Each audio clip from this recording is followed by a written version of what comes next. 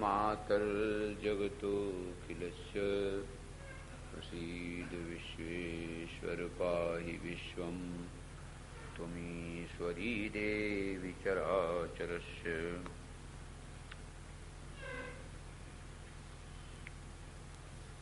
एकैव शक्तिः परमेश्वरस्य भिन्ना चतुर्धा व्यवहारकाले पुरुषेषु विष्णु भोगे भवानी समरे च दुर्गा प्रलये च काली शरणागत दीनार्त परित्राणपरायणे सर्वस्यार्ति हरे देवी नारायणि नमोस्तुते नारायणि नमोस्तुते। श्रीमन्नारायण नारायण नारायण श्रीमन्नारायण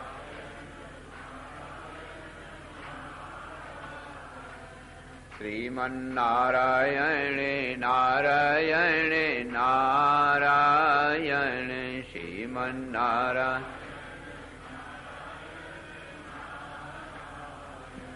श्रीमन्नारायण नारायण नारायण श्रीमन्नारायण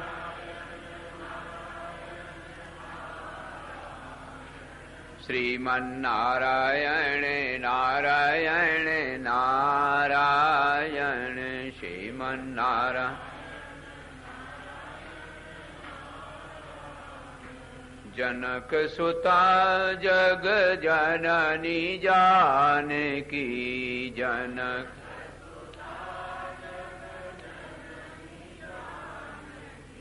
अतिशय प्रिय करुणा निधान की अतिशय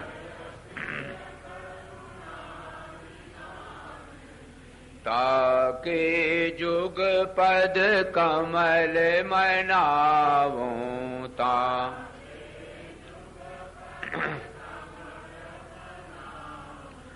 जासु कृपा निर्मल मति पावों जा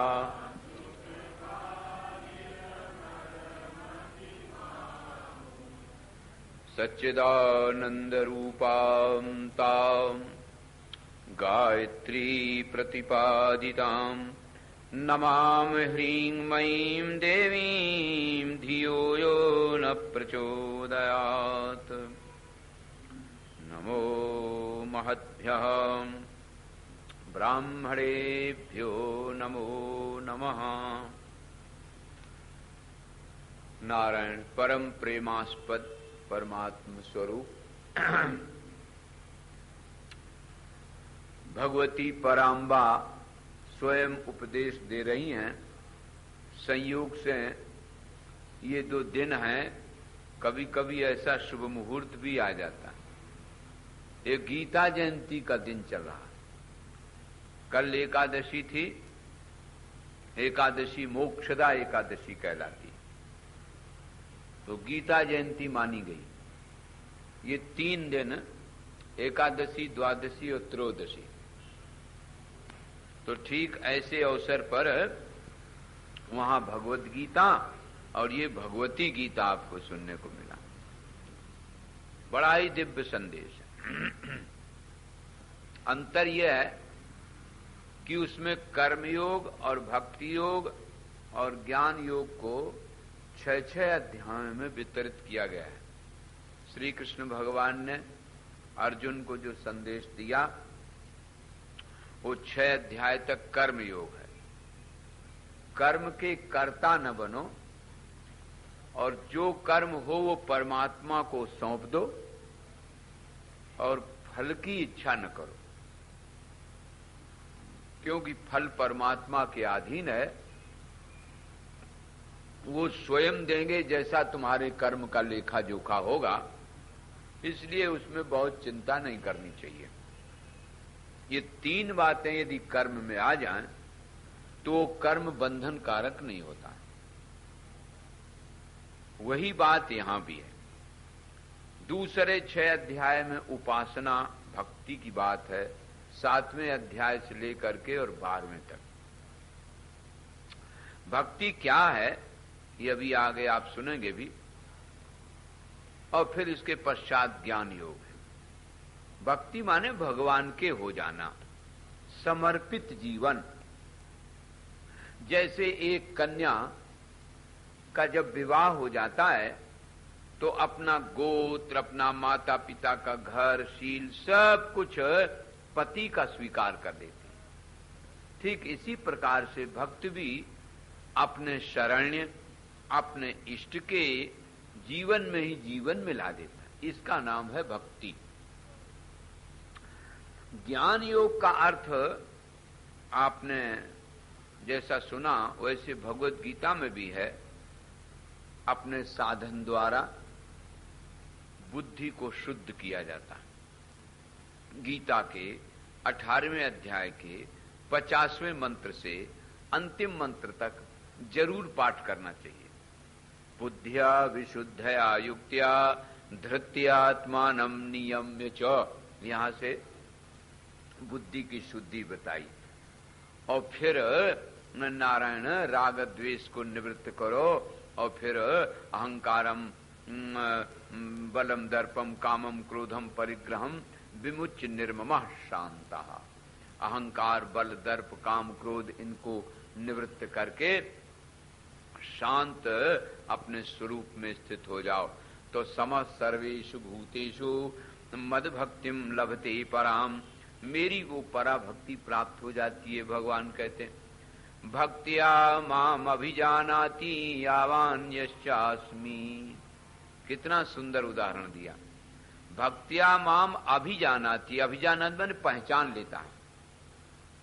यावान यश्चास्मि तत्वतः, मैं जितना और जैसा हूं इसकी पहचान परा भक्ति से हो जाती है, ये भगवान ने कहा।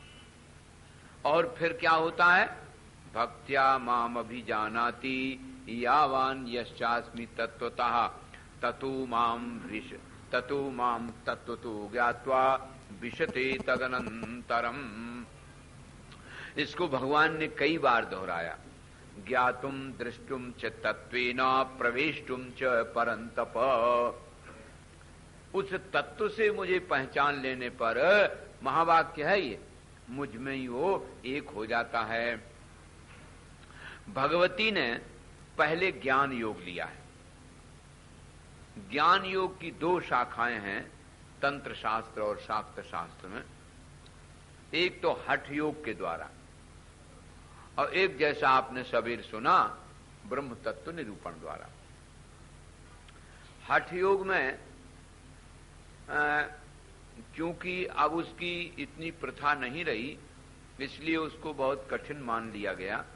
नहीं तो बहुत सरल रोज के व्यवहार की चीज है। ये हमारा जो शरीर है ये 7 मंजिल की बिल्डिंग है, इसमें 7 मंजिल हैं। और कुछ ऐसा संयोग है कि हम लोग बाहरी बातें तो बहुत याद करते रहते हैं। कहां कौन देश में लड़ाई हो रही है ये जरूर पता लगाएंगे। हमारे भीतर लड़ाई हो रही काम की, क्रोध की, लोभ की, उसकी फिक्र नहीं, लेकिन विश्व में, धरती में कहीं युद्ध हो रहा तो जरूर फिक्र हो जाएगी, क्या बताएं लड़ाई हो रही। इसी प्रकार से दूसरे की मंजिलें गिनते रहे, अपनी मंजिलों का पता नहीं लगाया। आप लोग बड़े भाग्यवान हैं जो इतने श्रद्धा और प्रेम से श्रवण कर रहे हो। इस 7 मंजिल की बिल्डिंग है। पहली बिल्डिंग है, पहला आधार चक्र है। तो आधारे लिंग नाभिप्रकटित हृदय तालमूले ललाटे, ये देखो 7 हो गए। द्वे पत्रे खोडसारे द्वादशार्धे चतुष्के। एक ही मंत्र में लगभग सब 7 चीजें आ गई। तो पहला हमारा आधार चक्र है। गुदा के स्थान पर ये माना गया है, रीढ़ की हड्डी जिसको स्पाइनल कॉर्ड कहते हैं, वो जिस पर रखा हुआ है, इसको आधार चक्र कहते हैं। आधार चक्र में पृथ्वी तत्व है, पीत वर्ण चौकोर आकृति, लम बीज हाथी उसकी सवारी है, डाकनी योगिनी है, स्वयंभू लिंग में 3.5 विलस्त कुंडली लिपटी हुई है, पीत वर्ण की अमरवेल की तरह बहुत सूक्ष्म तत्व से। तो वो ब्रह्मा और ब्रह्माणी शिशु रूप अवस्था में नारायण वहां विराजमान है। तो यहां से प्रारंभ होता है, इसका ध्यान करने से भोगों में वितृष्णा हो जाती है। ये जो भोगों में मिठास और भोगों में बड़ा आकर्षण मालूम पड़ता है, वो इस मूलाधार चक्र के चिंतन मात्र से भोगों में वैराग्य हो जाता, वितृष्णा हो जाती। असल में जब तक हमें दोष दर्शन नहीं होता है भोग में, नारायण, तब तक हम उसमें बहुत आकर्षित होते हैं।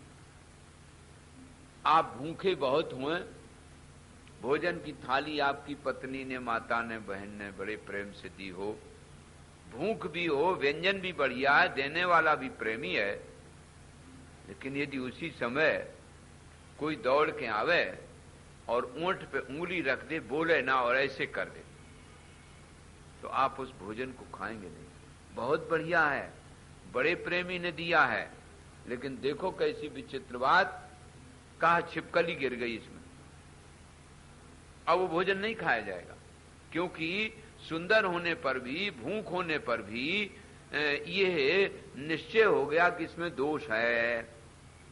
तो ऐसे भोगों में जब दोष मालूम पड़ने लगता है कि इंद्रियों को क्षीण करते हैं, सर्वेन्द्रियाणाम जरयन्ति तेजः, संपूर्ण इंद्रियों की शक्ति को ये नष्ट कर देते हैं। कौन नहीं जानता है नारायण कि रूप देखते देखते आंखें नहीं रह जाती, सुनते सुनते कान की शक्ति समाप्त हो जाती है, चलते चलते पैर काम नहीं देते हैं, ये कौन नहीं जानता है। चबाते चबाते दांत घिस जाते हैं, ये तो आप सबको मालूम ही है। भोगा न भुक्ता वयमेव भुक्ता, कालो न याता वयमेव याता। क्या विचित्र बात। तपो न तप्तम वयमेव तप्ता, तृष्णा न जीर्णा वयमेव जीर्णा। विषय ऐसे ही नारायण बने रहते हैं और विषयों को भोगने की शक्ति नहीं रह जाती इंद्रियों में।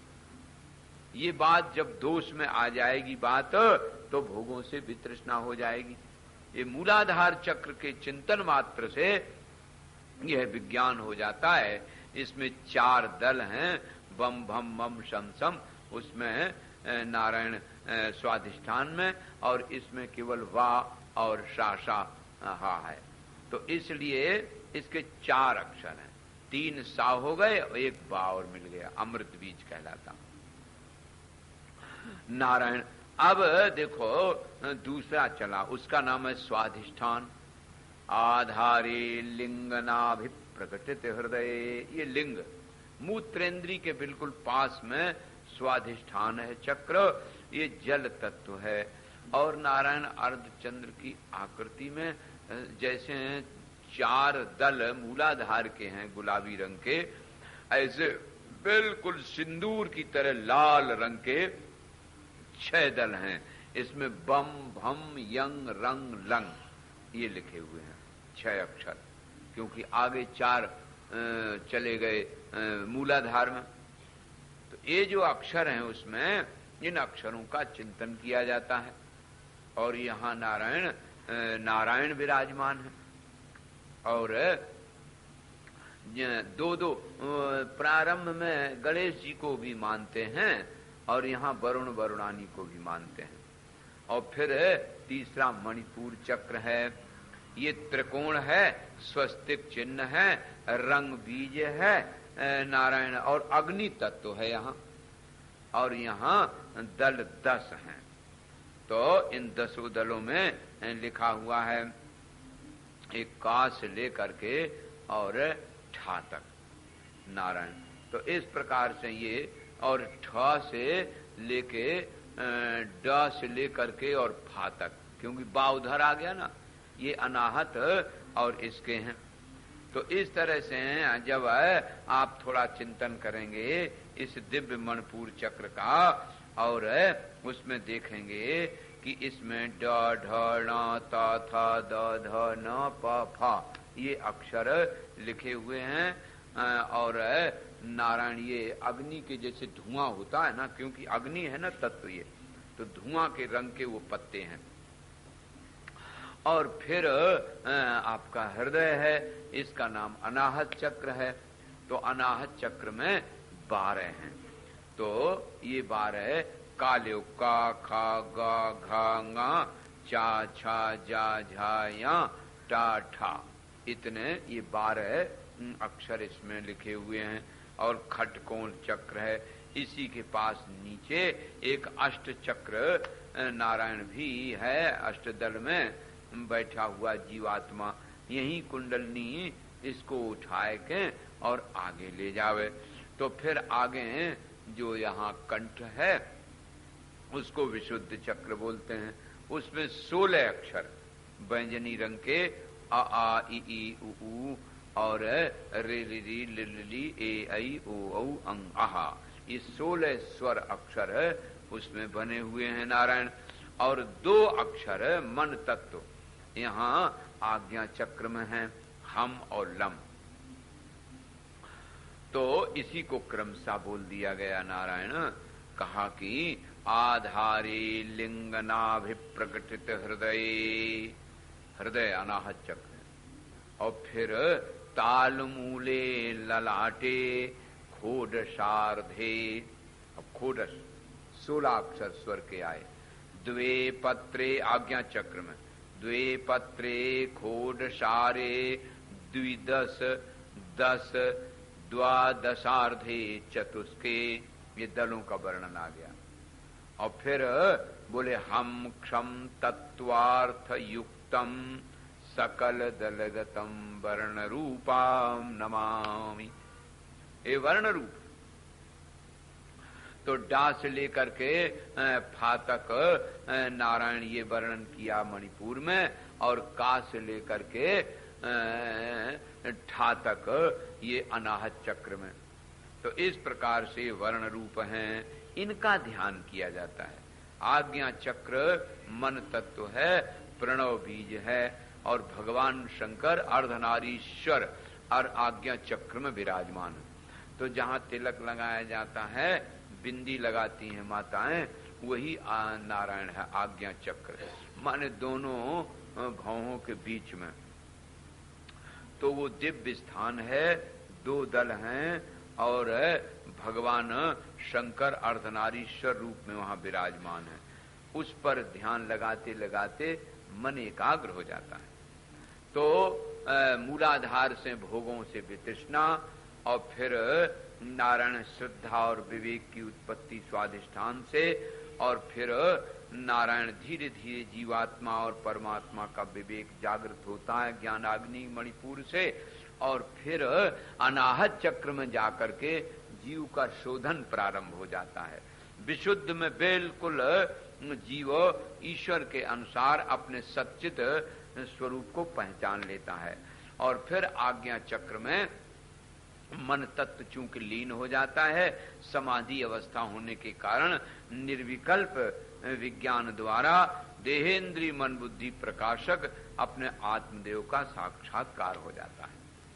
इस प्रकार से और जो सहस्त्रार चक्र है वहां इन 20 बार 50 अक्षरों की आवृत्ति हो जाती है नारायण। तो एक सहस्त्र दल है वहां, और फिर इसका एक क्रम है। तो वही क्रम नारायण यहाँ वर्णन किया, तदूर्धम तु विशुद्धाख्यम दलम खोडस पंकजम। नारायण जब इन संपूर्ण चक्रों का सहस्त्रार्युतम बिंदु स्थानम तदूर्धमीरितम इत्येतत् कथितम सर्वम योग मार्गमनुत्तमम। अब ये जो धीरे धीरे आगे बढ़ते हैं ना, तो भगवान शंकर अर्धनारीश्वर जहाँ विराजमान हो, कैलाश रूप है, उसके पास रोधनी है, और रोधनी के बाद सहस्त्रार चक्र में बिंदु, अर्धबिंदु, नाद, नादांत और फिर इसके बाद अमानी कला है, और अमानी कला में गुरु चरणों का ध्यान किया जाता है। ये थोड़ी तंत्र योग की बात है, लेकिन आप इतना ही देख लो कि ये भी हमारे शास्त्रों में है, इनका भी महत्व है। ये तो गुरु परंपरा से सीखना पड़ता है नारायण, तो फिर धीरे धीरे इनका ध्यान किया जाता है। लिंग भेद क्रमेण इव बिंदु चक्रम च प्रापयेत शंभुना ताम पराशक्ति मेकी भूताम विचिंतयेत। वहीं शाक्त लोग इसको सामरस्य तत्व कहते हैं। कुंडलनी अष्टदल कमल से लेकर के शास्त्रार्चक तक ले जाते हैं, तो शक्ति शिवा का जो दिव्य मिलन है, वही दिव्य मिलन इनके यहाँ बहुत महत्व का माना गया है। अर्थात तो जीवात्मा परमात्मा को जो दिव्य मिलन है, वही जीव और शिवा और शिव का मिलन कहलाता है नारायण। ये मंत्राभ्यास से भी होता है और अभ्यास से भी होता है। इस कुंडलनी का जो जागरण है वो दोनों प्रकार से नारायण करते हैं। अब बोलते हैं कि उस पराम्बा के ध्यान में कथितम तन्मया सर्वम नातो वक्तव्यमस्ति इदम ज्येष्ठाय पुत्राय भक्ति योगाय शीलने शिष्याय चेतोक्ताय वक्तव्यम नान्यथा कुछत। भगवती कहती है यस्य देवे परा भक्तिर यथा देवे यथा गुरु तस्सैते कथिता ह्यर्था प्रकाशन्ते महात्मना। महात्मा लोग अधिकारी पाए के कहते हैं गूढ़हुत तो न साधु दुरावहि गूढ़हुत आरत अधिकारी जहाँ पावहीं आरती और राम कथा के ते अधिकारी राम कथा जिन कहाँ सत्संगति अति प्यारी जिन कहाँ सत।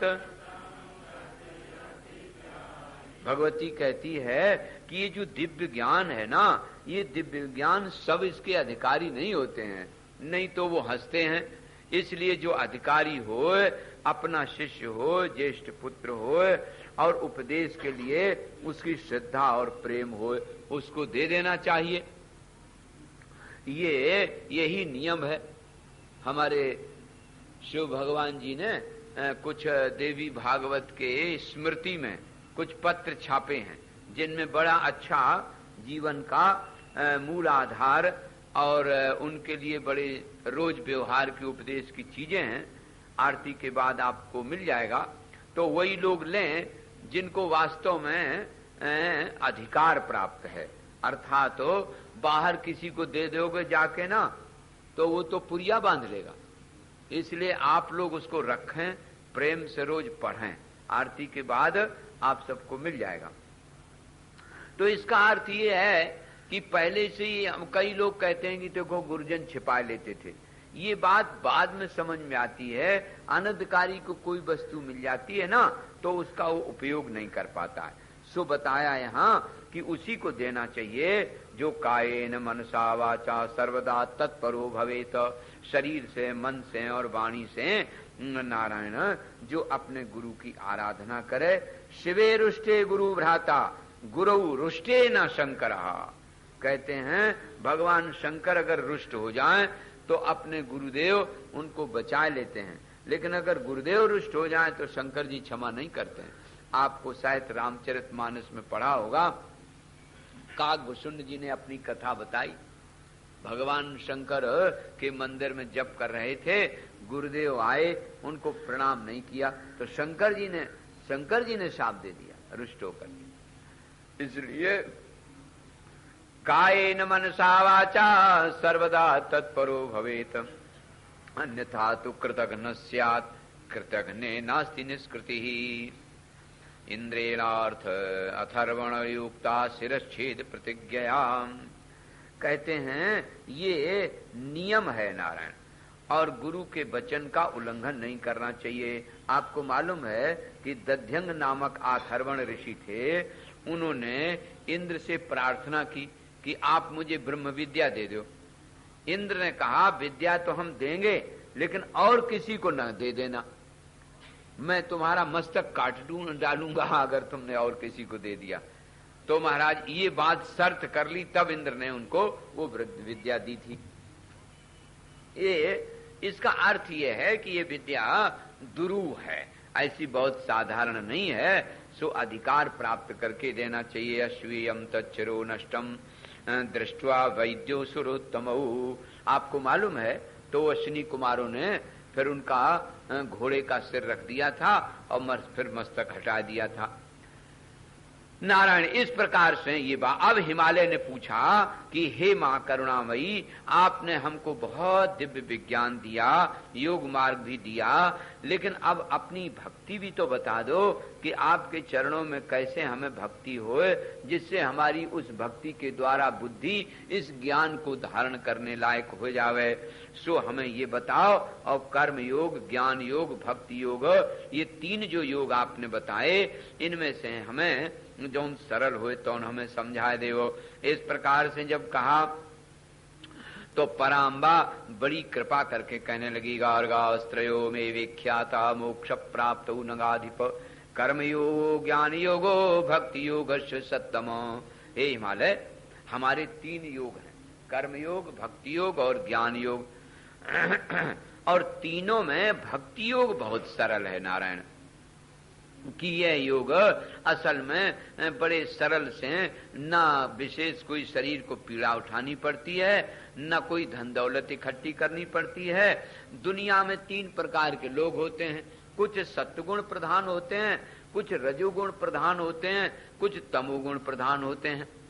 तो ये तीन प्रकार के होने के कारण नारायण ये तीन विषय भी दिए जाते हैं। जिनके जीवन में मात्सर्य है, क्रोध है, दूसरों के प्रति ईर्षा करते हैं, वे तामसी लोग हमारी भक्ति नहीं कर पाते हैं।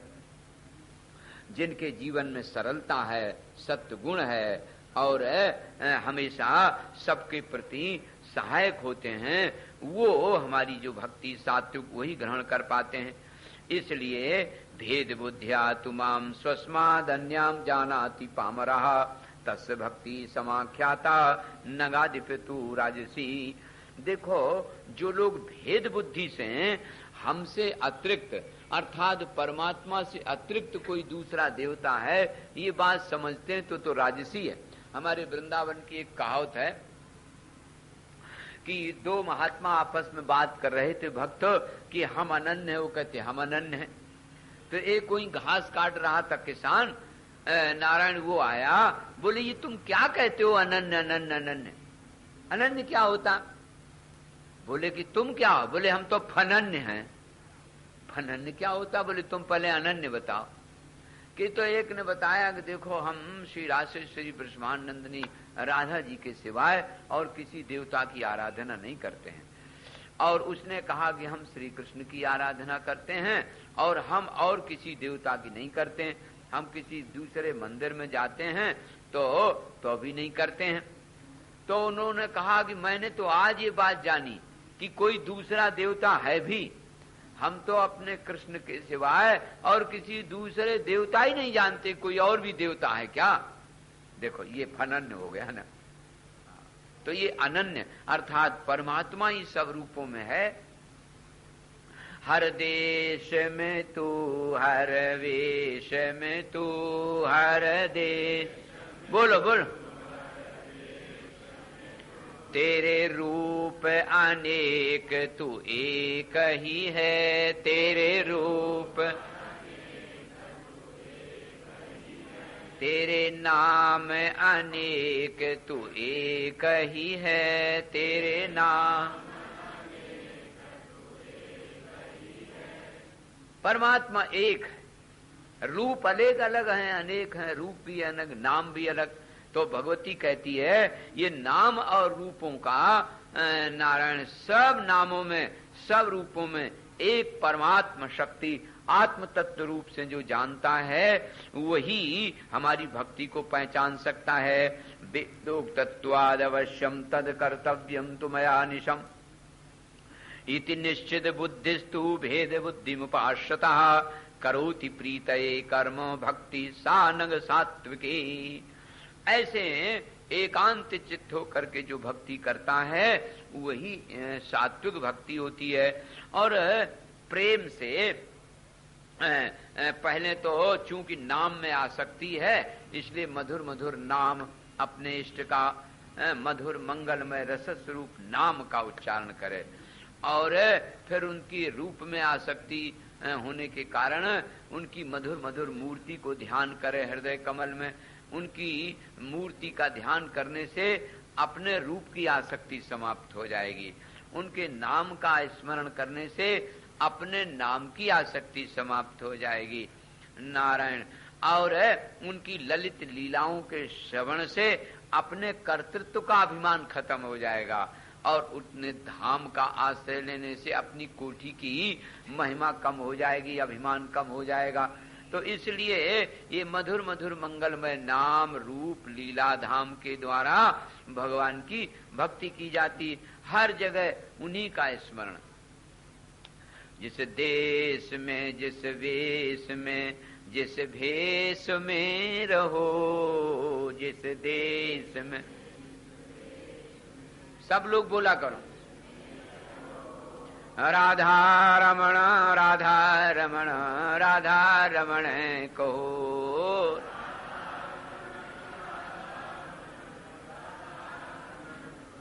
जिस नाम में जिस धाम में जिस काम में रहो, जिस नाम में जिस धाम,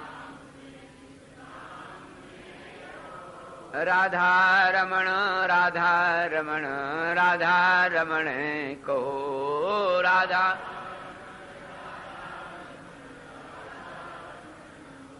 जिस योग में जिस भोग में जिस रोग में रहो, जिस योग में,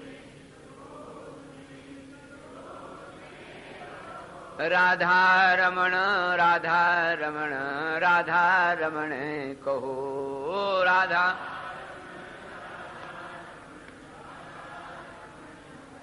जिस काल में जिस चाल में जिस हाल में रहो, जिस काल में,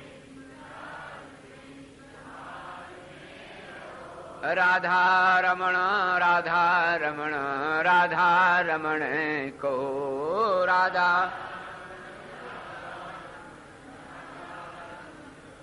तो इस प्रकार से पहले आप नाम रूप लीला धाम से धीरे धीरे प्रेम बढ़ता है, सत्संग के द्वारा प्रेम बढ़ता है। तो जिसमें प्रेम होता है, जरूरी समझा जाता है, महत्व दिया जाता है, उसी में न प्रेम होता है, उसी में मन लगता है। लोग कहते मन नहीं लगता।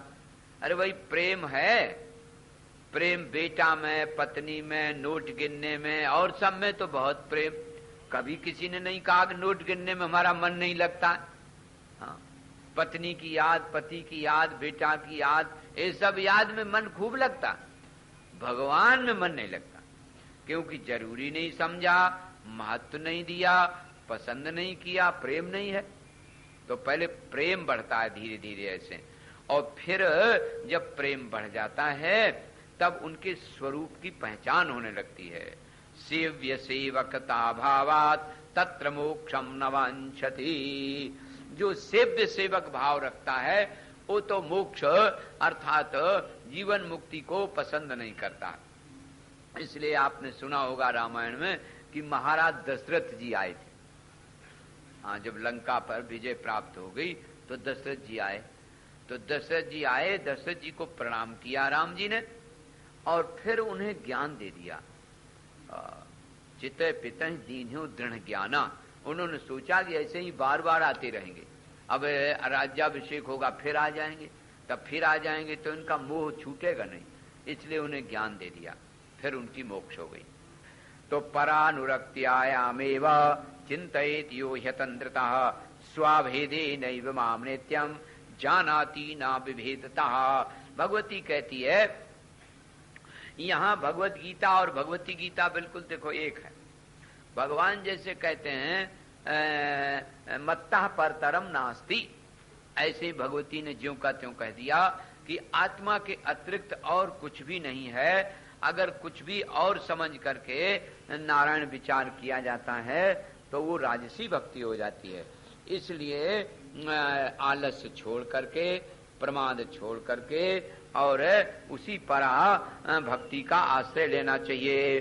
तो अब धीरे धीरे पहले नाम रूप का आश्रय लिया, ध्यान किया, और ध्यान करने में ये देखा कि ये जो हृदय कमल में मूर्ति हमें दिखाई दे रही है, ये मूर्ति आखिर न पाषाण की है, न कागज की है, न भीतर गई है, तो हमारे आत्मदेव ही इस मूर्ति में प्रकट हो रहे हैं। ये जिन लोगों को बहुत देखने का अभ्यास है ना, रूप में आसक्ति होने के कारण, फिर बहुत ज्यादा उस पर आग्रह नहीं करना चाहिए। अगर देखने का आग्रह तो आंखें ही बंद क्यों हैं? दिखता तो सारा संसार है ही है। उस परमात्मा का दर्शन करने से, भगवान का ध्यान करने से नाशवान की आसक्ति समाप्त हो जाती है। नारायण तो नाशवान की आसक्ति समाप्त होने के कारण भगवान का चिंतन किया जाता है। आप कहेंगे तो अगर हम ध्यान करें और घट घट घट घट करें तो घड़ा भी सामने आ जाएगा, बिल्कुल आ जाएगा, इसमें कोई संदेह नहीं। लेकिन घट ध्यान में आने पर आपकी अविद्या को नाश नहीं कर सकता, आपके अंतःकरण को शुद्ध नहीं कर सकता, क्योंकि नाशवान है।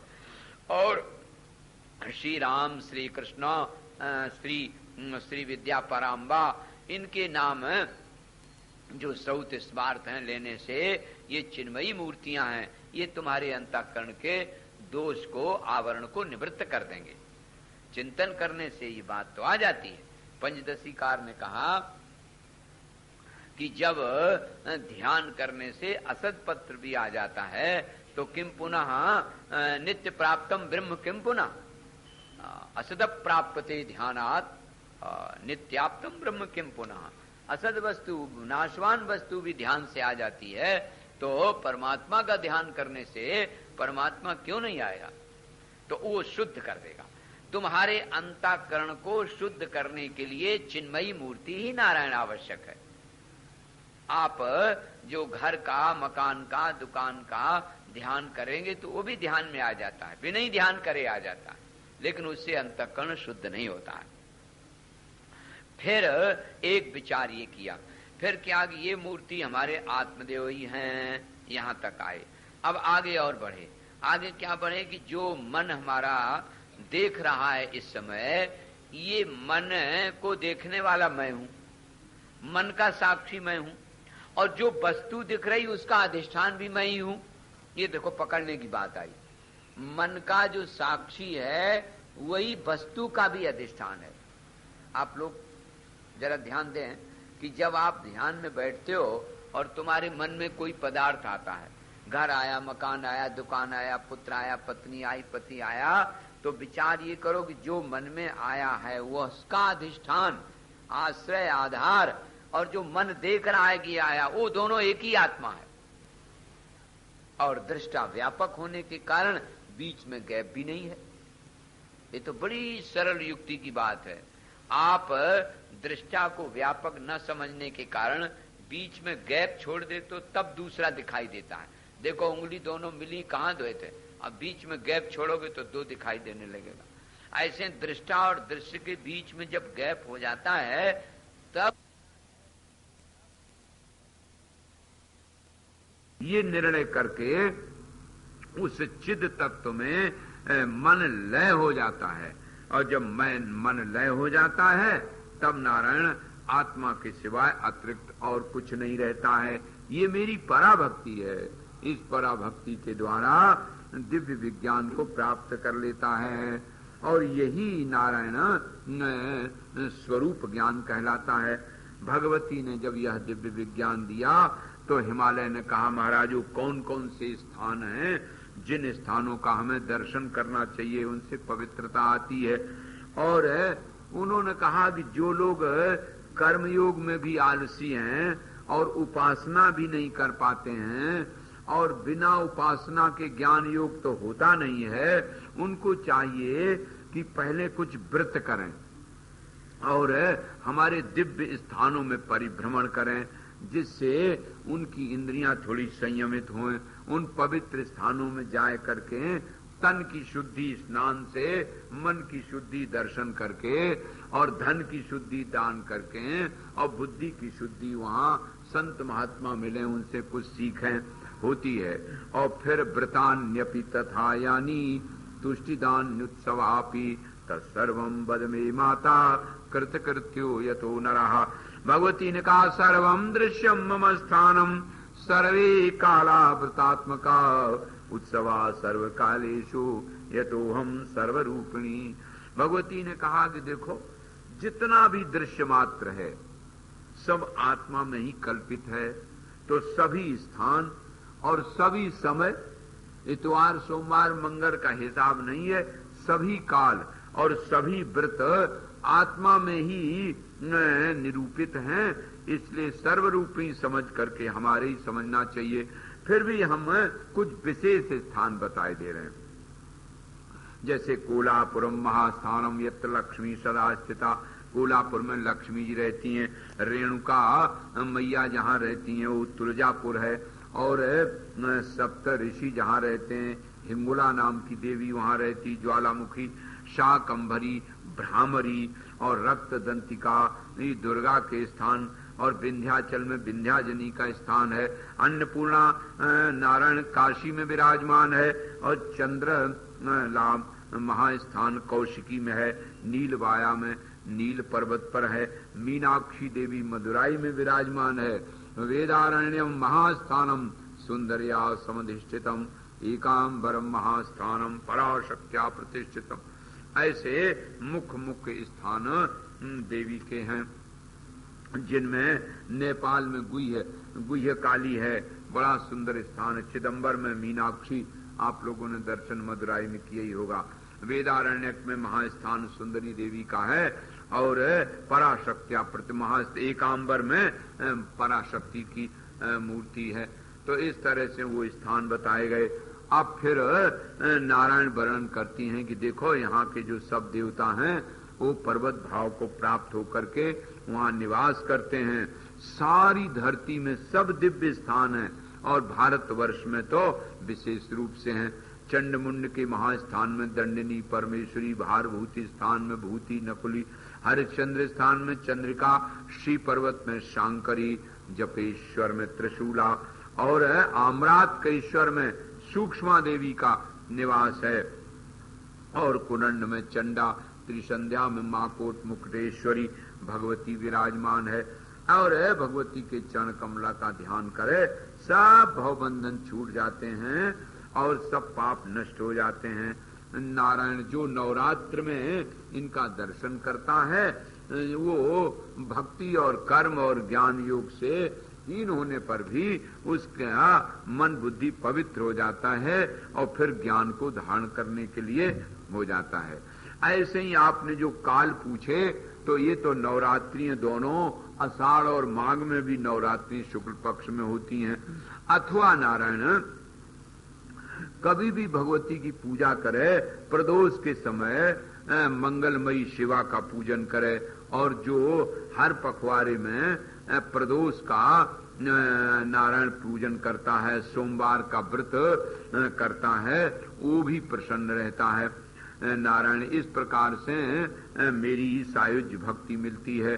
तो इस प्रकार से एक चैत्र शुक्ल तीज होती, जिसको दोला उत्सव कहते हैं, वो करना चाहिए। कुमकुम अगर कपूर से मेरी पूजा करे, और आषाढ़ की पूर्णिमा में शयनोत्सव है। आगे के तीज जो कार्तिक पूर्णिमा का, और नारायण उसमें रथ की कल्पना करे, उसमें शिवा को बैठावे और अम्बा बैठी हुई ऐसा भावना करे, तो वो भी लाभ होता है। ऐसे ही नारायण अगहन का महीना बहुत पवित्र माना गया है। इस महीने में हमारा पुराण सुने या शिव पुराण सुने, या नारायण मेरी उपासना करे, तो भी बड़ी प्रसन्नता होती है। प्रीति से मेरे भक्त कुमारियों को और भटकों को मेरा ही स्वरूप समझ करके उनका पूजन करे, और बड़े प्रेम से श्रद्धा पूर्वक उनकी आरती करे, मूर्ति का ध्यान करे, तो लाभ होता है। तंत्र मार्ग में दीक्षित जो पुरुष हैं, जिन्होंने शाक्त भेद को जाना है उनके द्वारा विधि पूछ करके और हमारा मंगल अनुष्ठान करे। कभी ये तो हमने देश गिनाए दिए और काल गिनाए दिया, नहीं तो किसी देश में किसी काल में कहीं भी पूजा करेगा ना तो वो मेरी भक्ति को प्राप्त कर देगा। क्योंकि ये पूछ के इसलिए बताया, यो वेद धर्म सुजिज्ञास धर्मन्यम, जिसने जिस शास्त्र को जाना नहीं है नारायण उसके भेद को वो नहीं बता पाएगा। क्योंकि अन्यानि यानी शास्त्राणि लोकेस्मिन् विविधानि च, बहुत से शास्त्र हैं लोक में, बहुत से प्रकार के धर्म हैं। इसी में वामम कापालकम चैव कौलकम भैरवागम, वाम कापालक और कीलक और भैरवागम ये बहुत प्रकार के होते हैं। जब तक इनकी एक एक की अच्छी तरह से जानकारी नहीं होगी तब तक वो समझ नहीं पाएगा। और कई ऐसे हैं, दक्ष शापात, भृगो शापात, दधीच शापता, दग्धा ये ब्राह्मण वरा वेद मार्ग बहिष्कृता। क्योंकि एक बात और है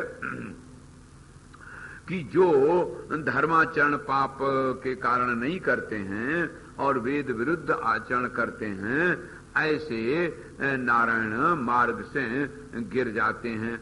वेद अनुसार कर्म करने वाले ही नारायण इसमें मुक्त माने गए हैं। और जिन्होंने भृगु का और दत्त का दधीच का शाप लग गया हुआ है वो भी इसमें योग्य नहीं होते हैं।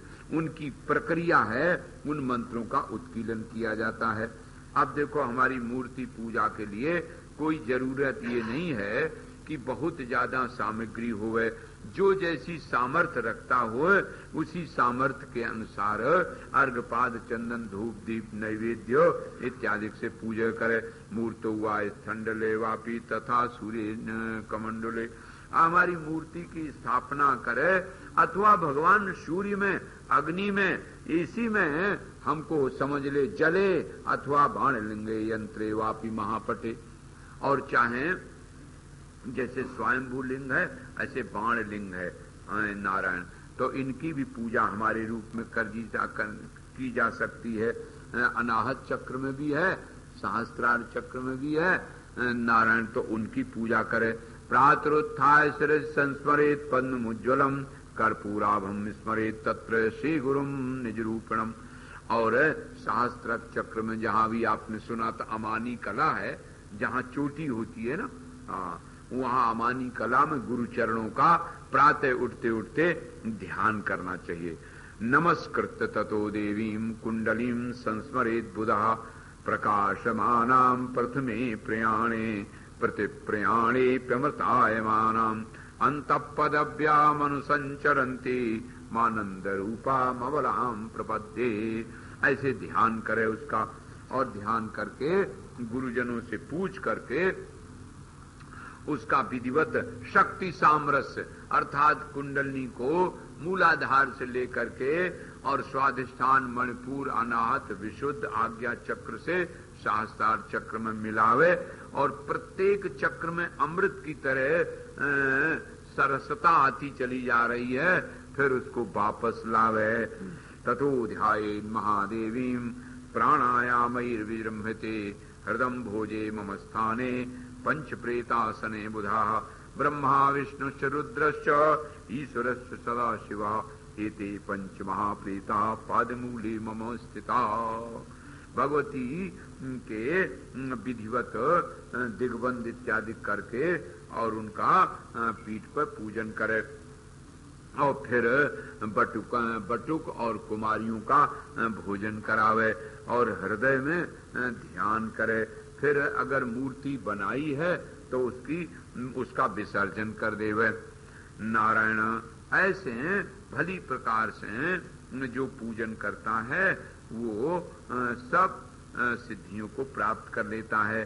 गीता शास्त्र कभी अशिष्य के निमित्त नहीं देना होता है, इसलिए मैंने तुमको बहुत ही अधिकारी समझ करके ये दिव्य ज्ञान सुनाया है। भगवती कहती है गीता गोपनीया प्रयत्नतः सर्वमुक्तम समासेन यत् पृष्ठम तत्त्वयानघ।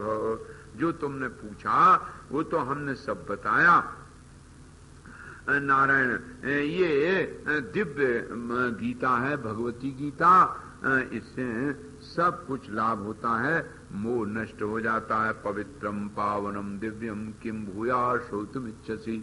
इस प्रकार से भगवती ने कृपा करके और अपने पिता हिमालय को सब ये सुंदर दिव्य संदेश दिया है। और यही ये नारायण 7वां स्कंद पूरा हुआ। बोलो दुर्गा मैया की। नारायण नारायण नारायण देव देव महादेव पुराण पुरुषोत्तम जगदाधार सर्वज्ञ श्लाघनीयो सद्गुण। गोविंद जय जय गोपाल जय जय गोविंद। श्री राधा रमण हरि गोविंद जय जय राधा।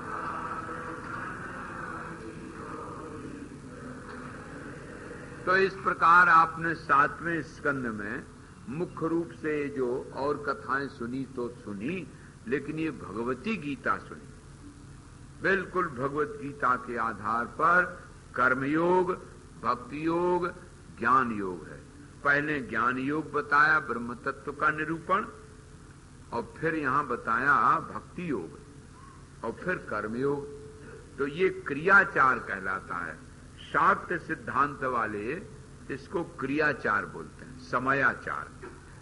रोज रोज ये व्यवस्था बनाई जाती है, और जिन लोगों ने ये पहले बार सुना है उनको तो थोड़ा नया लगेगा, लेकिन जो लोग जानते हैं इस प्रक्रिया को, उनके लिए तो ये बहुत सरल है और रोज का काम है। और ज्यादा न हो, एक खडचक्र निरूपण नाम का ग्रंथ है, विज्ञान प्रेस ऋषिकेश से निकला है। उस बहुत छोटी सी पुस्तक है, उसमें संपूर्ण चक्रों का विधान दिया हुआ है संक्षेप में, तो आप लोग उसको पढ़ भी सकते हो। और दूसरी बात एक ये है कि कभी भी साधना में लालच नहीं करना चाहिए। अर्थात तो जिन्होंने राम की उपासना की है, गुरुदेव के बताए अनुसार ही उसको करना चाहिए, अपने मनमाने ढंग से नहीं करना चाहिए। एक बात, जो लोग अभिमान में कहते हैं हमने तो अभी तक गुरु ही नहीं समझ में आया, कहाँ मिलेगा, तो उनकी तो बात अलग की है। लेकिन जिनके गुरु जी ने जो मंत्र बताया है वही मंत्र सबसे श्रेष्ठ होता है, उसकी छोड़ने की जरूरत नहीं होती है। बोले आज राम की महिमा बताई गई तो कृष्ण छोड़ दिया, राम कहने लगे, और कल कृष्ण की महिमा बताई गई तो कृष्ण कहने लगे, और आज दुर्गा की महिमा बताई तो दुर्गा जपने लगे। अभी अभी आपने सुना, भगवती स्वयं कहती है कि एक ही परम तत्व है, और उसी के नाम अनेक हैं, रूप अनेक हैं। जैसे स्वर्ण एक ही होता है, अंगूठी हार कुंडल विविध होते हैं, और अपनी अपनी रुचि है भाई, कोई अंगूठी को पसंद करता, कोई कुंडल को, कोई हार को। तो इसी प्रकार से तत्व एक ही है, और एक ही तत्व के आकार अनेक हैं। तो अनेक आकारों में कभी फंसना नहीं चाहिए, एक तत्व पर ही ध्यान रखना चाहिए। ये बात ध्यान की है। और फिर जो विधि गुरु जी ने समझाई उसके अनुसार ही आचरण करना चाहिए। अपने अपने गुरुदेव में परम श्रद्धा हो, अपने इष्ट में श्रद्धा हो, अपने साधन में श्रद्धा हो, और मन चाहे एक बार न भी लगे। हाँ, हमने एक बार पूछा अपने दतिया महाराज जी से, हमने कहा महाराज जी मन नहीं लगता है तो वे हंस पड़े। बोले मन नहीं लगता है, तुम तो लगते हो। मन जब नहीं लगता तो तुमने तो जाना कि मन नहीं लगा, तो तुम तो लगे ही हो।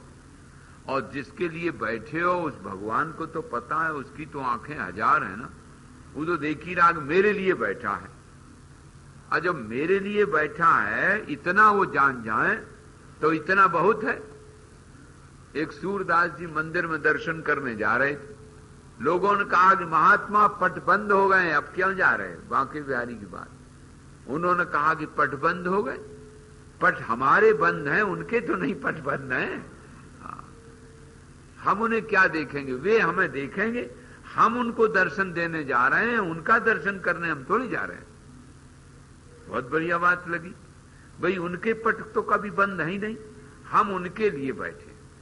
आप एक समय 24 घंटा ऐसे निकालो जो आपको ये लगे कि केवल हम उन्हीं के लिए बैठे हैं और हम इस समय कोई धंधा नहीं करेंगे। ये बात ध्यान में रखने की है।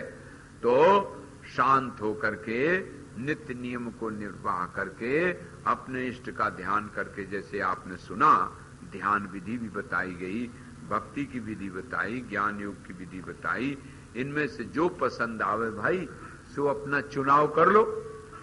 अब आगे वर्णन करते हैं इसमें 8वें स्कंद में, इसमें धरती आकाश पाताल का वर्णन है मुख्य रूप से। तो सर्वप्रथम ब्रह्मा जी के पुत्र मनु जी हुए महाराज। मनु जी ने, ब्रह्मा जी को चिंता हुई सृष्टि नहीं रहती है, तो शरीर से आधा शरीर फट गया, तो एक दाहिने ओर गिरा वो मनु हुआ और बाईं ओर स्त्री रूप में शत्रुपा हुआ। यही मनु और शत्रुपा से मनुष्य हुआ। मनु माने मनन, शत्रुपा माने श्रद्धा। मननात् मनुर्भवति शतम रूपाणि यस्याइति शतरूपा। तो मनुष्य के जीवन में मनन होए और श्रद्धा होए, ये दोनों चीजें यदि नहीं होंगी तो मनुष्य नहीं कहलाएगा। तो नारायण ये जब मनु प्रकट हुए, ब्रह्मा जी से कहा कि पिताजी क्या आज्ञा है, तो उन्होंने कहा कि बेटा सृष्टि करो, तो इसके लिए तुम्हें पहले आराधना करनी होगी भगवती की। तो इसलिए मनु महाराज ने बड़ी सुंदर स्तुति की है। ये प्रसंग देवर्षि नारद जी ने नारायण से जाके पूछा है। तो नारायण ने बताया कि भगवती की जो आराधना मनु जी महाराज ने की है वो बड़ी प्रसिद्ध स्तुति है, और जो कोई उस स्तुति को करता है वो भगवती को प्रसन्न कर लेता है। उन्होंने प्रार्थना की कि नारायण को तो प्रार्थना की, नमो नमस्ते देवेशी जगत कारण कारणे शंख चक्र गदा हस्ते नारायण हृदय स्थिते वेद मूर्ते जगन्माता कारण स्थान रूपिणी वेदत्रय प्रमाणज्ञे सर्वदेवनुते शिवे। संपूर्ण देवों से नमस्कृत हे शिवा आपको नमस्कार है, आपको नमस्कार है। हे दाक्षाणी, हे वेद गर्भा, हे बुद्धिदात्री, मद कैटव नाशनी, भय को दूर करने वाली तुम हरि कीर्ति ही स्मृति ही कांति ही कमला गिरजा सती, ये तुम्हारे नाम हैं। इन नामों में विराजमान आपको नमस्कार है। इस प्रकार से नारायणी की जब स्तुति की, भगवती अम्बा प्रसन्न हो गई। उन्होंने कहा कि तुम हमसे वरदान मांग लो। तो उन्होंने कहा कि हम तो पिताजी की आज्ञा से यहाँ आए हैं, अगर आप प्रसन्न हैं तो हमें निर्विघ्न से सृष्टि प्रजा का करने का आदेश दें और विघ्न ना हो। माँ ने कहा कि कोई विघ्न नहीं होगा, जाओ तुम सृष्टि में समर्थ हो जाओगे। अब जब यहाँ आए माँ की आज्ञा पा करके, तो कहा पिताजी जल ही जल है, यहाँ तो पृथ्वी है ही नहीं, तो हम किस पर सृष्टि रचेंगे। तो ब्रह्मा जी ने जरा चिंतन किया, तो नाक से एक सूकर भगवान प्रकट हो गए। बोलो बरा भगवान की। शूकर भगवान प्रकट हो गए जरा सा, और देखते देखते महाराज हाथी के आकार के, बड़े विशाल आकार के हो गए क्षण मात्र में। और तब उन्होंने जाना कि तो साक्षात भगवान है, तो उनकी यज्ञ रूप से आराधना की। यज्ञ रूप अर्थात तो उनका जो शरीर है, तो जैसे स्रुवा होता है, आजस थाली होती है, ये सामग्री होती है ना नारायण हवन में, वही उनका शरीर है। तो यज्ञ रूप बड़ा भगवान की स्तुति की, और वो महाराज सूंघते हुए जमीन में प्रविष्ट कर गए और हिरण्याक्ष को मार के उससे पृथ्वी ले आए। ये हिरण्याक्ष और हिरण्यकशिपु दोनों नारायण दैत्य पैदा हुए थे, जो जय और विजय पार्षद है भगवान के। सो उनको हिरण्याक्ष को मार के पृथ्वी ले आए। हिरण्याक्ष माने होता है लोभ, हितम च रमणीयम इति हिरण्यम हिरण्य दत्ते अक्षणी एन। टकटकी बांधे जो धन को देखता रहता है, न खुद खाए न खाने दे, उसको हिरण्याक्ष कहते हैं। तो उसको भगवान ने मार दिया। और भगवान कौन है? बोले यज्ञ रूप है। तो यज्ञ ही तो लोभ को मारता है। आपने अगर ये यज्ञ न कराया होता तो ये धन का वितरण कैसे होता? कहां कितनी कितनी दुकानों पर गया, कहां कहां वितरण हुआ। तो अब जब उन्होंने मार दिया और कहा ये लो पृथ्वी, अब आप इस पर सृष्टि करो। नमो नमस्ते देवेश सृष्टि संहार कारक दानवानाम विनाशाय कृतनाना कृते प्रभो। अब उन्होंने स्तुति की, हे महाराज बड़ा भगवान आपको नमस्कार है, आपने कृपा करके ये पृथ्वी हमको दी है। तो इस प्रकार से जारायण पृथ्वी जब मिल गई तब इन्होंने सृष्टि प्रारंभ की। तो इन्हीं मनु महाराज शत्रुपा से प्रियव्रत और उत्तानपाद 2 बेटा हुए और आकुति, देवहूति, प्रसूति 3 कन्याएं हुई। तो मेरे नारायण वो जो देवहूति और आकुति प्रसूति की कथा श्रीमद् भागवत में और विस्तार से है। आकुति नारायण रुचि को दी गई, प्रसूति दक्ष को दी गई और देवहूति कर्दम ऋषि को मिली। और कर्दम ऋषि की 9 कन्याएं हुई। वही 9 कन्याएं देवहूति से प्रकट हुई। असल में देवहूति माने होता है जो देवताओं का आवाहन करे, सद्गुण वाली बुद्धि, जो दैवी गुण वाली बुद्धि है ना, दैवी संपदा जो गीता के 16वें अध्याय में बताया, उसी से 9 ये कन्याएं 9धा भक्ति स्वरूप हैं। और उन्हीं से कपिल भगवान प्रकट हुए। संपूर्ण सांख्य शास्त्र के प्रवर्तक ये कपिल जी हुए। तो देवहूति की 9 कन्याओं का बड़ा भारी विस्तार हुआ।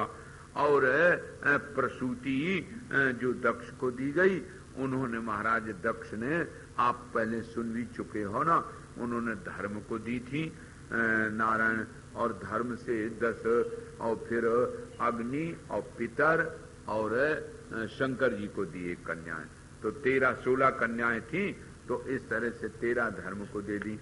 यही जो धर्म है, इन्हीं से नारायण शुभ और कल्याण रूप पुत्र हुए बहुत से ऐसे।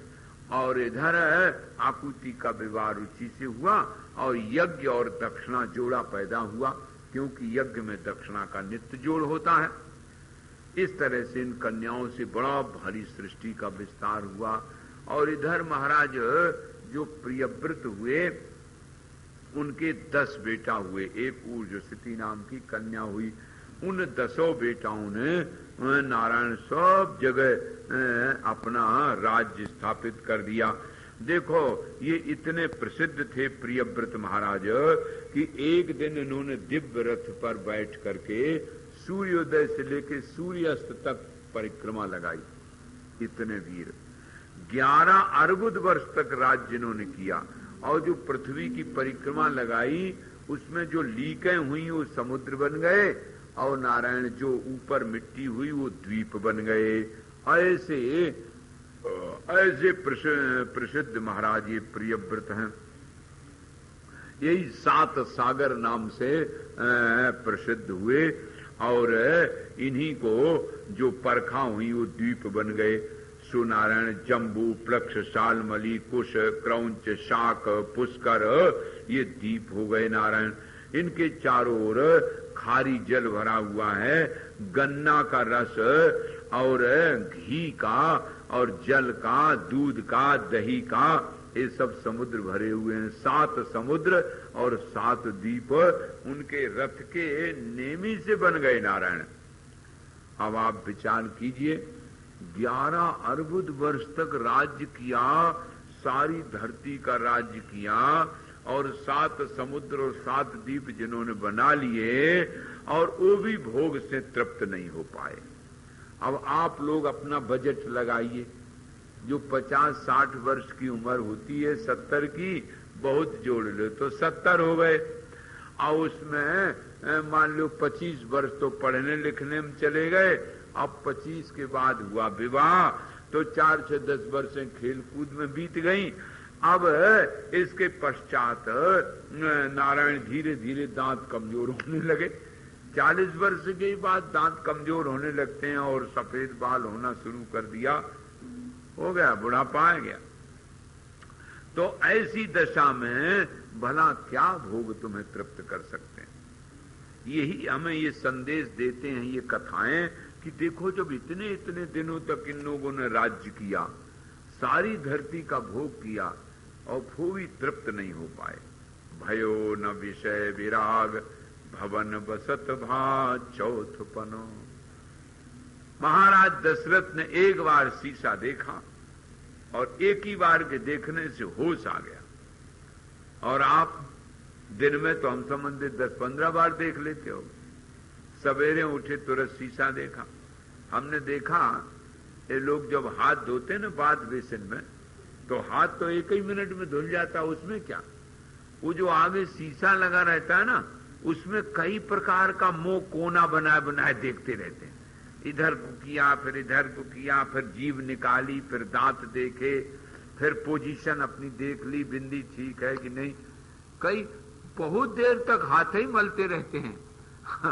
ऐसा एक बालक को मैंने देखा कि वो बाहर लगा था नल, तो उसमें स्नान करे और पहले साबुन का खूब देह भर में प्लास्टर करे और फिर प्लास्टर करके फिर नहावे, फिर दोबारा प्लास्टर करे, फिर देख ले देखो कुछ गोरे निकले कि नहीं निकले। हमने कहा कि क्यों साबुन बर्बाद कर रहा है भाई। तब उसने देखा, बोले अरे आप तो देख रहे हैं। तो ये बार बार प्लास्टर करना और बार बार उसको देखना कि देखो जरा गोरे निकले कि नहीं निकले, ये दिन भर देखते हैं। और मैं कहता हूं कि आपने शीशा को देखा और शीशा में नहीं देखा। शीशा में देखा जो कल मुंह दिख रहा था वही आज भी दिख रहा है, और एक दिन दिखते दिखते मुंह वही बना रहेगा, लेकिन कला बिगड़ जाएगी। एक 5 वर्ष की अवस्था से लेकर के और 60 वर्ष की अवस्था तक शीशा ही देखते रहे और देखते रहे, देखते देखते बदलते चले गए। और फिर भी दशरथ जी ने एक बार देखा, होश आ गया, यहां होश ही नहीं। श्रवण समीप भयो सित केशा, ओ मनहु चौथ पनास उपदेशा, चौथे पन जाई नृप कानन। ये बात नहीं समझ पाए। तो देखो महाराज यहां बताया गया कि बड़े बड़े राजा लोग हुए, इतने इतने दिन तक राज्य किया। अब नारायण बूढ़े बाड़े लोग क्या करते हैं, बहू ने कहा कि अब ठीक है चाय वाय पी ले, अब जाओ कहीं घूम टहले आओ, जब भोजन बने शाम पे तो आ जाना। तो बेचारे अब कहां जाएं, तो कहीं पार्क में चले गए बेंत लेकर के, या सुना कहीं जरा कथा वथा हो रही, वहीं थोड़ी देर बैठे, अगर आ गई समझ में तो, और फिर लौट आए, थोड़ी देर में घूम फिर के आ गए। कहे क्या बताएं, भगवान में मन नहीं लगता।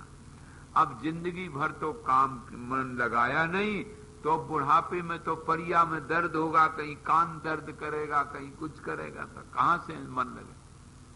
एक स्वर्णकार थे, तो वो महाराज जब मरने लगे तो सबने कहा कि गुरु कर लो, गुरु करने से बड़ा लाभ होता है, उसकी मुक्ति नहीं होती जो गुरु नहीं करता। उन्होंने कहा ले आओ भाई कोई सस्ता मद्दा गुरु मिल जाए।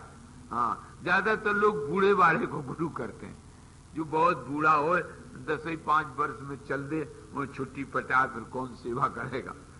तो खैर ढूंढ लाए, गुरु जी मिल गए।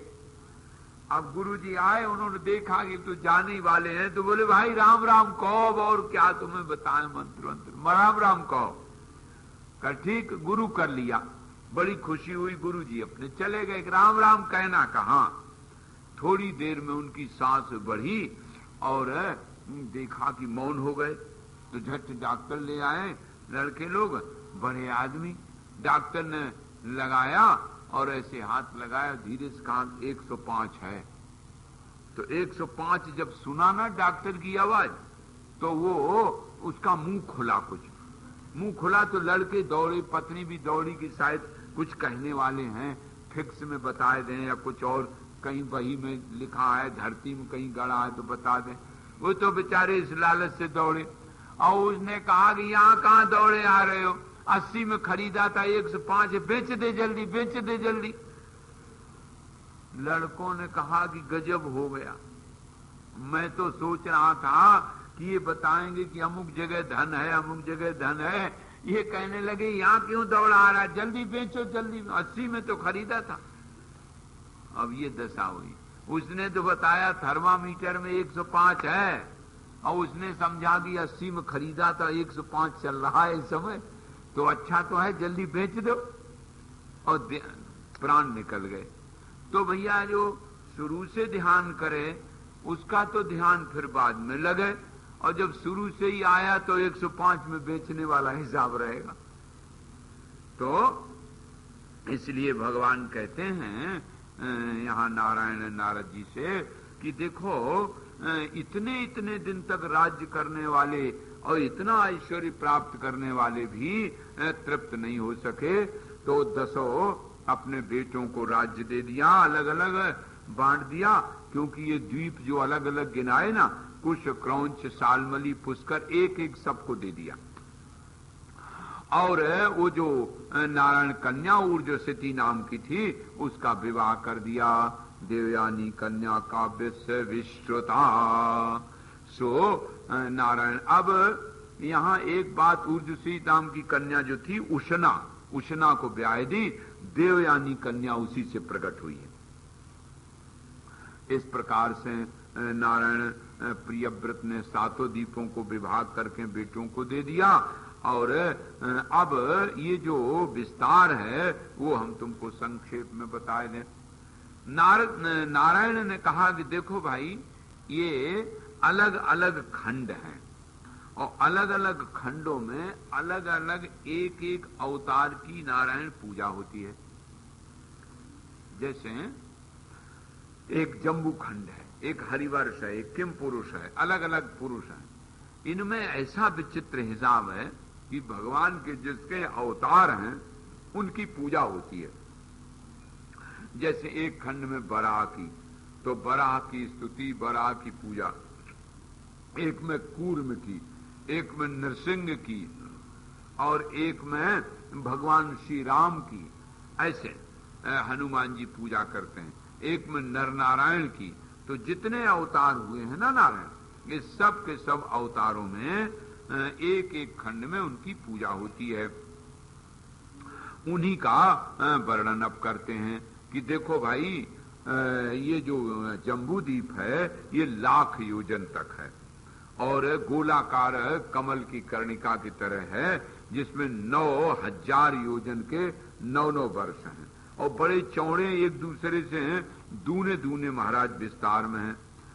दक्षिण उत्तर में 2 वर्ष धनुष के समान स्थित हैं, और ये इलावृत मध्य वर्ष में है। नारायण 32,000 योजन का ये कमल है, उसमें ये विराजमान है।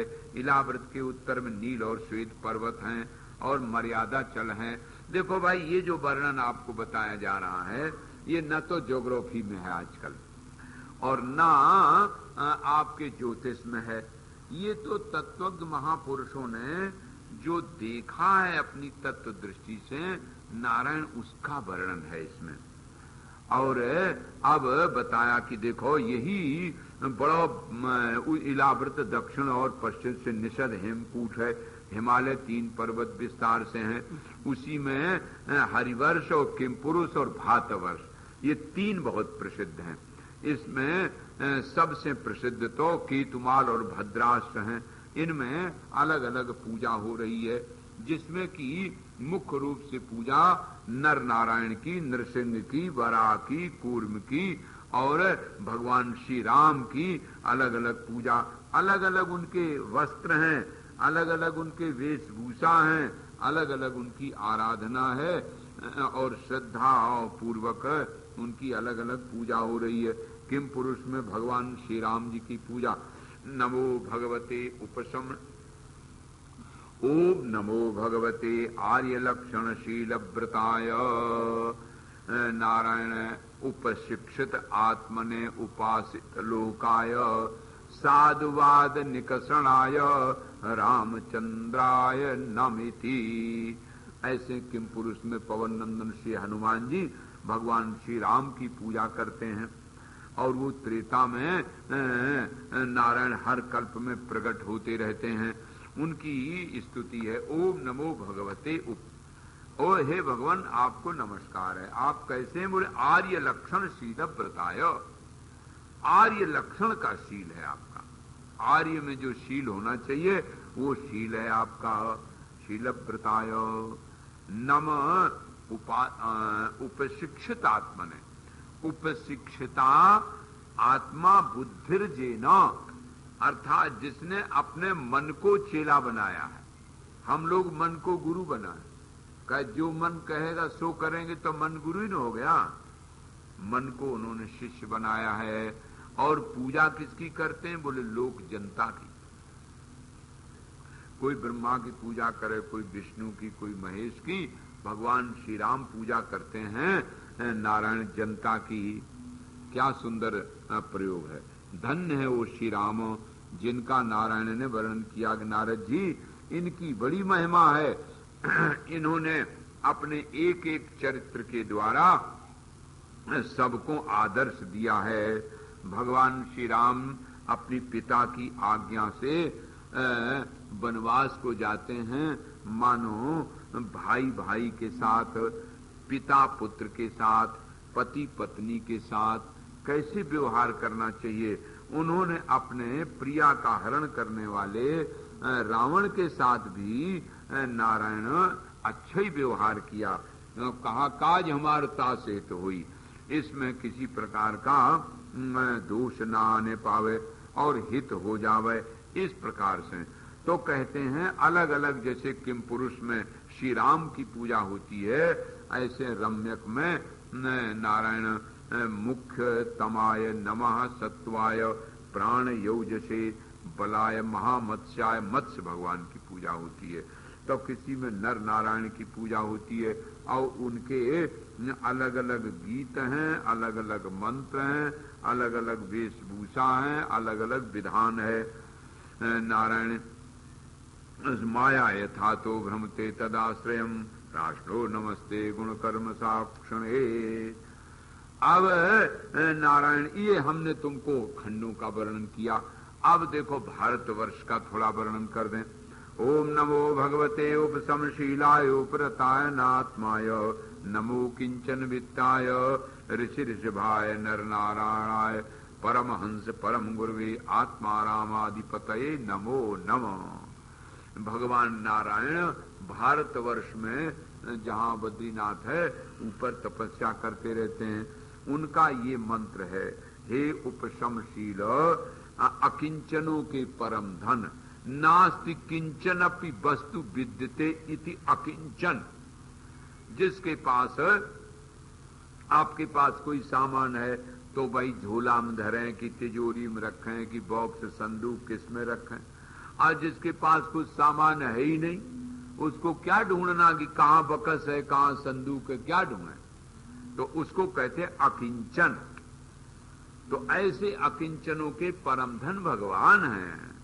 नमो किंचन वित्ताय ऋषि ऋषभाय नर नारायणाय परमहंस परम गुरवे आत्मा रामाधिपतये नमः। उनको नमस्कार है। इस प्रकार से भारतवर्ष में वो पूजन करते हैं। ये भारतवर्ष बड़ा दिव्य है। नारायण इस भारत की महिमा कौन वर्णन करे।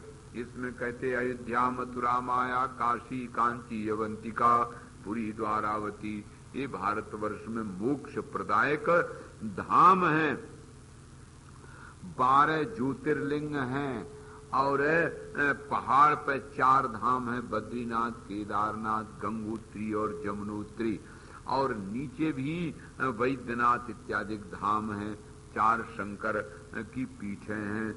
ऐसे दिव्य भारतवर्ष में जहाँ उत्तर में दिव्य हिमालय और दक्षिण में नीलगिरी और मध्य में विंध्याचल कूट, बड़े बड़े विशाल पर्वत हैं।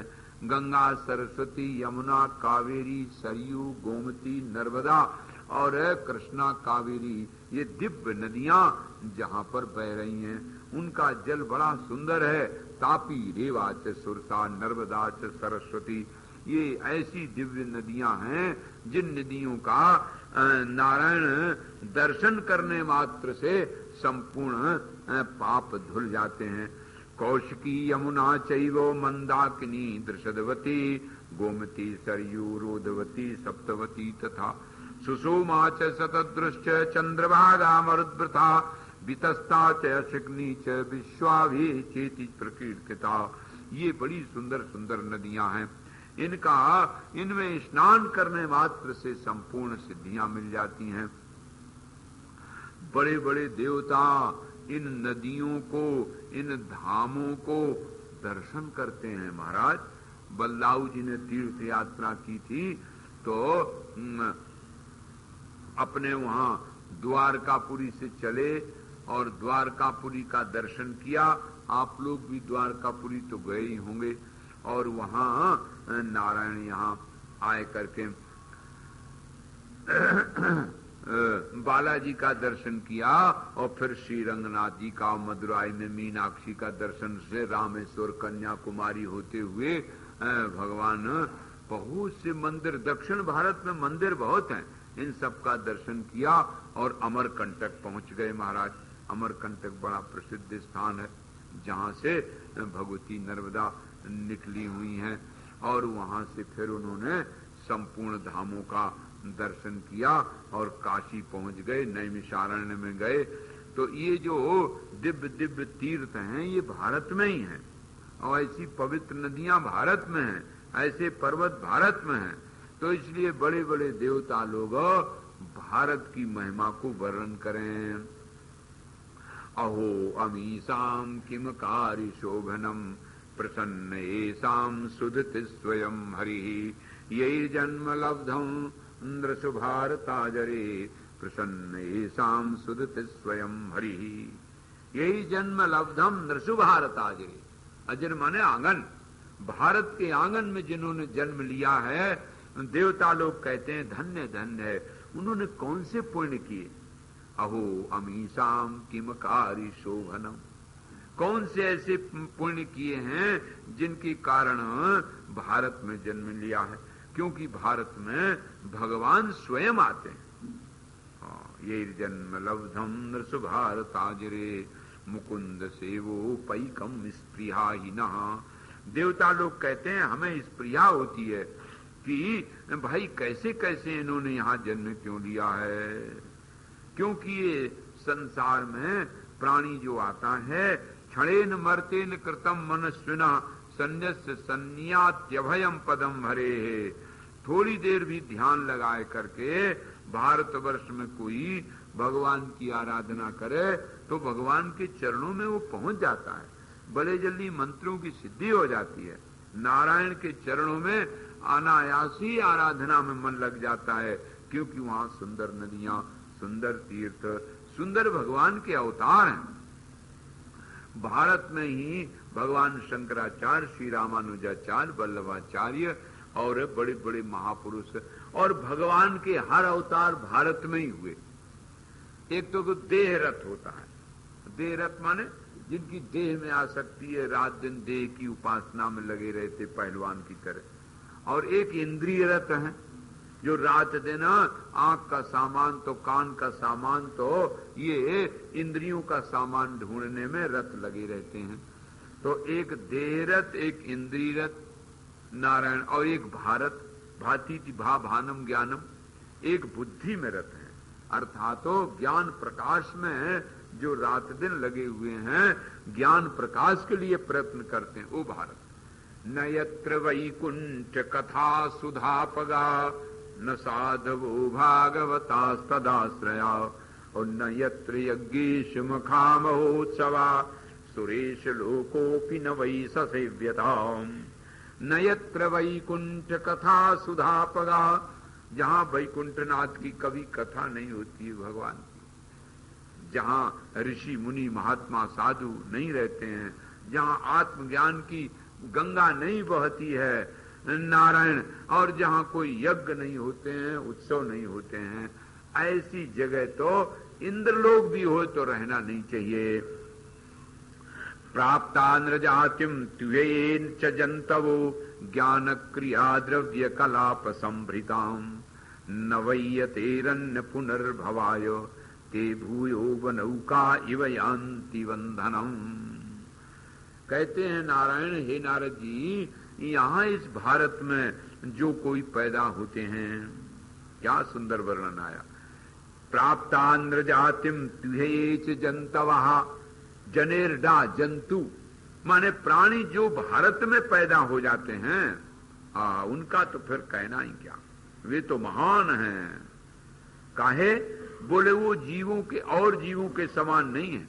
मनुष्य जन्म पाया, ज्ञान क्रिया द्रव्य इनसे नारायण, इनमें तो उन्होंने प्रयत्न नहीं किया और इधर उधर भोग में पड़े रहे, उनका तो जीवन व्यर्थ है। और बड़े आश्चर्य की बात है, ऐसे दिव्य भारत भूमि में भी जन्म लेकर के और लोग भोग में आसक्त हो जाते हैं, नारायण भक्ति नहीं करते हैं भगवान की।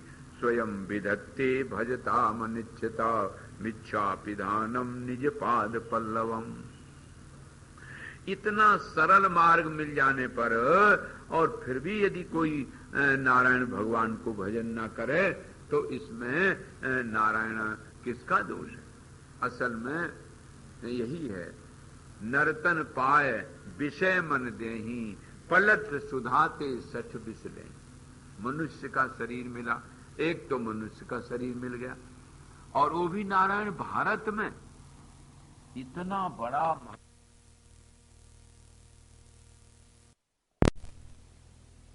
जाए कि विदेश में आए। हाँ, आज जिनके गुरुजी हैं ना, वो बड़े शौक में कहते हैं हमारे गुरुजी आजकल लंदन में हैं, तो अमेरिका में हैं, तो न्यूयॉर्क में हैं, और विश्व में घूमे आए, बड़े भारी विद्वान। माने विश्व में जहां संस्कृत कोई जानता ही नहीं है, वहां विद्वान है कि नहीं है इसको क्या पता। हाँ, ये तो अपने भारतवर्ष की पवित्र भूमि में पता चले। काशी जैसी नगरी है जहां विद्या की भूमि है, भारतवर्ष की पवित्र भूमि है, उस पवित्र भूमि में ज्ञान का आदर है। वहां तो उनको शनिवार और इतवार को थोड़ी बहुत फुर्सत मिल जाती है, सुन लिया तो सुन लिया, नहीं तो डॉलर दिया लेके चले आए। हमने तो सुना है भाई, लोग बताते हैं। लेकिन देखो यहां महिमा है। वो लोग भी कहते हैं जो यहां से गए हैं, वो कहते हैं भारत जैसी पवित्र भूमि और भारत जैसे सुंदर संस्कार वहां नहीं मिल सकते हैं। तो वही बता रहे हैं। अब इस प्रकार से वर्णन किया, ये जम्बू द्वीप में 8 उपद्वीप हैं नारायण, और यही नारायण भारतवर्ष का जो सुंदर दिव्य रूप है ये जम्बू द्वीप है। और 8 उपद्वीप हैं जिनको नारायण शोधन करते हुए सगर के पुत्रों ने कल्पित किया था। स्वर्ण पृष्ठ, चंद्रशुक, आवर्तन, रमणक, मंदर, हरिण, पांचजन्य और सिंघल, लंका, ये 8 उपद्वीप हैं। और जम्बू द्वीप का तो बड़ा भारी प्रमाण है, चारों तरफ 4 समुद्र से घिरा हुआ है नारायण। देखो पहले के जो समुद्र 7 बताए गए ना नारायण, ये हैं तो दूध घी के। लोग कहने लगते अरे भला बताओ दूध का समुद्र होगा, लेकिन भाई अगर दूध का कहीं समुद्र नहीं है तो हम पूछते हैं कि ये दूध आता कहां से है? कहीं न कहीं स्रोत तो इसका है ही है। अब वो स्रोत हम ना समझें वो बात दूसरी है, सब है, ऐसी बात नहीं कि ना हो नारायण, लेकिन उसको हम ना समझें वो बात दूसरी है। नाम बदल गए। अब दूध का जैसे व्हाइट ओशन रख दिया गया, कहीं शांत प्रशांत सागर रख दिया गया। तो परमात्मा के विधान में ये गिनाना है कि देखो धरती इतनी लंबी चौड़ी है, धरती, ये जो धरती देख रहे हैं इससे 10 गुना जल है, और 10 गुना जल से तेज, तेज से 10 गुना वायु, वायु से 10 गुना आकाश, आकाश 10 गुना मन, मन से संसार प्रकट हुआ है। और ये सब परमात्मा में एक रूप में है। इतना एक अंड हुआ और ऐसे एक अन्न में ब्रह्मा अलग, विष्णु अलग, और ऐसे कितने ब्रह्मांड हैं नारायण जिनमें अलग अलग ब्रह्मा और विष्णु हैं। और आपको जरा सी कोठी मिल गई तो महाराज बड़ी परेशान, इतनी लंबी चौड़ी हमारी कोठी है, बड़ा अभिमान कर बैठते। एक महात्मा जी रहे महाराज, सो एक दिन एक सेठ जी के यहां पहुंच गए, बंबई की बात। तो उनकी बड़ी भारी कोठी रही। पहले उन्होंने दिखाया कि ये देखो बेडरूम है, ये किचन है, ये है, ये है, एक दिखाया। फिर ऊपर चढ़ा ले गए, बोले चलो दूसरा देख लो, चरण डाल दो तो पवित्र हो जाएगी। अब दूसरे में पवित्र किया, तीसरे में किया, 12 तो बज गया। महात्मा को लगी भूख। उन्होंने कहा कि महाराज ये कब तक ऐसे घुमाता रहेगा, इससे कहना तो बेकार है। एक ग्लोब रखा था, उस ग्लोब को देखा और महात्मा देखने लगे। क्या देख रहे महाराज? बोले इसमें देख रहे भारत कहाँ है। तो विश्व के नक्शा में भारत तो छोटा सा बता दिया, यहां से इतना भारत है। अब और ध्यान से देखने लगे। बोले अब क्या देख रहे? बोले अब बंबई देख रहे। तो दुनिया के नक्शा में भारत में छोटी एक बूंद रखी है महाराज बंबई की। अब उस बूंद को बड़े ध्यान से देखने लगे। ये अब क्या देख रहे? बोले अब तेरी कोठी देख रहे हैं। हाँ? कहा कि महाराज इतने बड़े नक्शा में तो भारत ही जब छोटा सा है और बंबई बूंद भर की है, तो हमारी कोठी इसमें कहां से आई? तो उन्होंने कहा कि भले आदमी, तो फिर हमें क्यों घंटे भर से परेशान कर रहा है? इस कोठी का अभिमान कोई बड़ी बात नहीं भाई। इतने बड़े ब्रह्मांड में तुम्हारी कोठी का क्या मूल्य? आप लोग बड़े भाग्यवान दिव्य भारतवर्ष में बैठे हो और इस भारत की महिमा अभी आप सुनी रहे थे। ऐसे ऐसे विलक्षण भूमि को पा करके और फिर भी अगर हम लोग प्रयत्न ना करें, जिसके लिए मनुष्य का जन्म मिला है, तो व्यर्थ जाता है। आज का विश्राम यही होता है। अब मैया की आरती करेंगे और फिर आगे जो प्रसंग है बड़ा मार्मिक है। भगवती के कौन कौन से अवतार हैं ये सब आपको सुनाया जाएगा। बोलो दुर्गा मैया की। एक प्रार्थना कर लें। हे असुरारी हे अगहारी, हे असुरारी हे जन मन बनचारी, हे जन मन मुदित रहे प्रत्येक दशा में, मुदित रहे तोस सुधारस पावे, तोस जगत भोग के चाक चेक में, जगत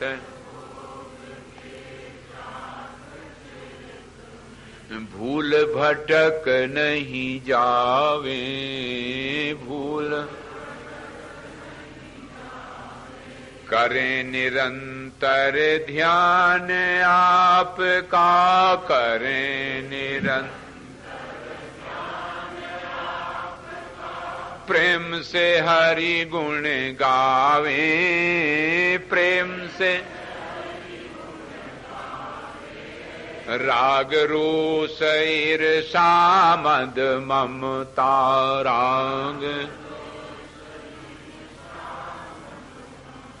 इनहि न सपने हूँ ध्यावे, इनहि न सपने हूँ ध्यावे, नहीं न बना है यह तन भव तरने को, बना है बुड़त है मझधारा, बुड़त कीजे कृपा सफल हो जीवन, कीजे दीजे तनिक सहारा, दीजे तनिक हे असुरारी हे अगहारी,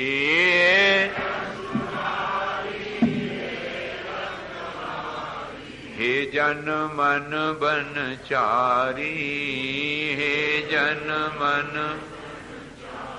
बोलो दुर्गा मैया की। सिखवत में ये देवी के महात्मा सुन रहे थे।